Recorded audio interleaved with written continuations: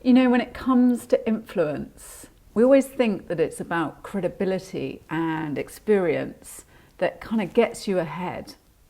But actually, there are lots of things that you can do to influence other people when you communicate with them, when you interact with them. Now, I know that there are some kind of dark art influencing strategies that people kind of use to when they have bad intentions to influence other people. But considering and assuming that we're all pretty normal and we're just going about our business and we want to communicate in a better way, isn't being able to influence others of your opinion, of what you think is right, of getting the actions that you want from some interaction, and being able to put your point across in a way that is effective, is really important for everybody. We all need to influence. We all need to be able to influence the people in our work, our partners, our children, our family, whoever it is. We need to be able to influence others.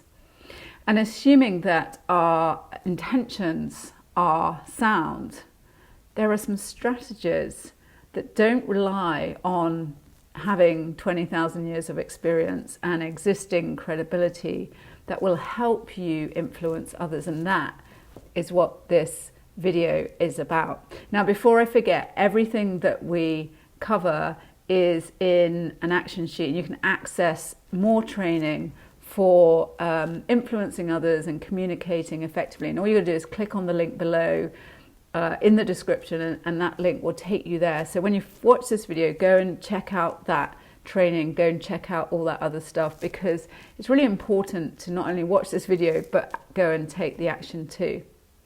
So in this video, we're going to cover the 5 key strategies to being able to communicate and influence others.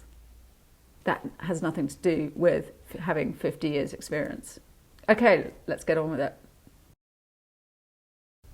So strategy number 1 is meet people where they are. And if you've watched any of my other videos, this is a theme that comes up all the time, because most of us go into the interactions that we have thinking about what we want, what the actions we want, what we want to say, what's our view, what we need from the other person. And we don't think about where the other person is coming in to the interaction with us. But one of the easier ways to build rapport and connect and have influence on other people is to talk about the things that they're focused on, that that's a priority for them, and then back up all the other things that you need to discuss. So if you want to influence people very quickly, you need to be talking about the things that they care about first and foremost.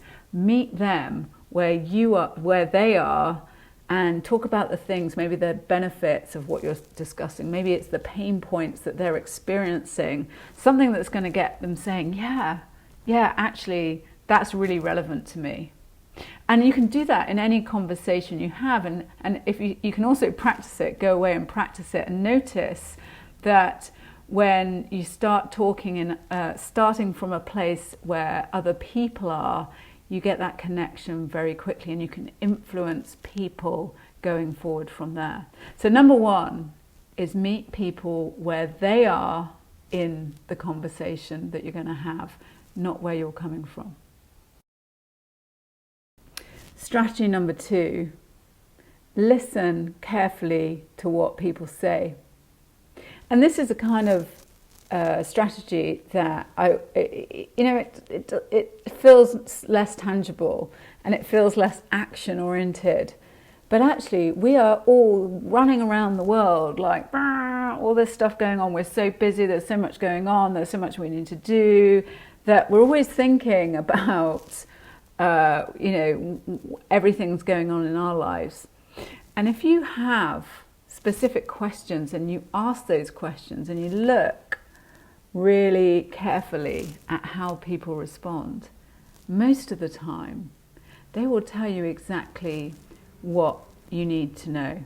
Now, they might not use the words, but most people, when they respond, will be able to calibrate whether they were sort of whether there's something more there, whether they weren't maybe telling you everything, maybe they were telling you everything, maybe they're really enthusiastic about it, maybe it's really annoying them, maybe there is something more that they're not saying. And most of us go into these conversations with our blinkers on, thinking about ourselves and what we're going to say and how we're going to perform and what we need out of it. But if you actually start really paying attention to the people you're communicating with, a lot of the time they will give you the non-verbal communication, their body language, their emotions, their reactions to what they're saying. And if you're paying attention, you pick up all the things you need to know to then respond and influence that person effectively. So number 2 is listen. Listen and observe carefully. Number 3 is confidence. And confidence is critical when you want to communicate in any situation. If you want to communicate with authority and influence, you need to be communicating with confidence. If I came into this recording in this video and I was sort of like, maybe this is going to work, maybe it's not, and I kind of look really uncomfortable and, crossing my arms and closing my body language up, you'd be like, what's she talking about? How does she know? She doesn't look like she even believes what she's saying. So when it comes down to communicating and influencing people, you need to be 100% behind yourself. You need to be confident. You need posture. You need the right body language, the right tone in your voice. You need to be feeling confident inside so that you can project confidence outside. And that is so important when it comes to influencing other people. Number 4, I just mentioned it actually, is posture. You need posture. You need to go in and feel that credibility, communicate that credibility that you have to be having this conversation. You need to take some position, some posture, and believe in yourself and what you're saying so that you can get other people to buy in to what you're saying, because nobody is going to buy into anything you say unless you've got that posture, that body language, that kind of interaction. It's kind of a non-tangible, non-physical thing that you come into the conversation like, this is who I am, this is what I've got, and I'm right here, right now, telling you my opinion. And if you've got that posture, again, it's like confidence. It's part of the confidence thing. When you've got that posture, people are attracted to that and people are drawn to that, and they're going to listen to what you've got to say.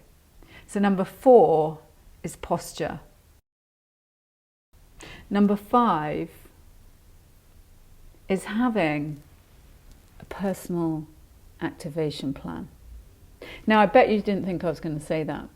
But if you want to influence people in your workplace, in the environment that you're in, you really need to put together a plan of who they are, the profile of them. What do they like? What are they motivated? What are they interested in? What do you do that they're interested in?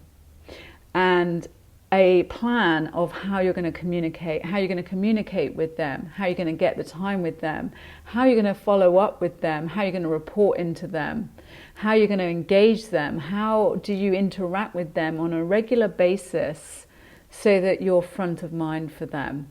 Because when you are front of mind, when you communicate with confidence and authority and you listen carefully to what they're interested in, then you're going to be able to influence them in the conversation because you're building trust. So what you need is something we call at Talking Shop a personal activation plan, a plan that documents the profiles of the people that you need to interact with that are going to get you where you need to get to, how you're going to communicate to them, how you're going to build your authority and reputation to them, how you're going to interact with them, and how you're going to follow up with them so that you build that relationship going forward and they naturally want to come and hear your view, and therefore you get the influence in the conversation. So the final point, number 5, is putting together your own personal activation plan so that you can go and implement and execute it in your working environment and build the authority and reputation that you want to build at work. And as I said at the beginning of this video, if you want to get these strategies and these steps, then click on the link below this video and get access to the action sheets and the training so that you can implement your own personal marketing plan, personal activation plan, implement these kind of steps and have that influence in your workplace and communicate with posture and confidence and really go into these interactions with the ability to influence the people in the room. No matter, where you start from or what experience you have, what you have are the tools that you need to influence others. So check the downloads and the additional training, click on the link below this video and make sure you start implementing this stuff, because these strategies are really awesome once you really get into the habit of using them.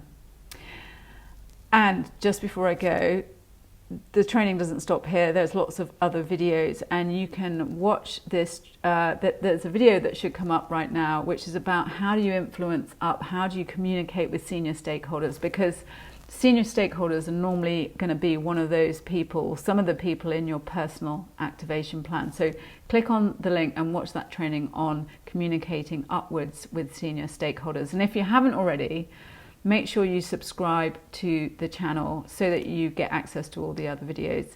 And I look forward to seeing you in the next video.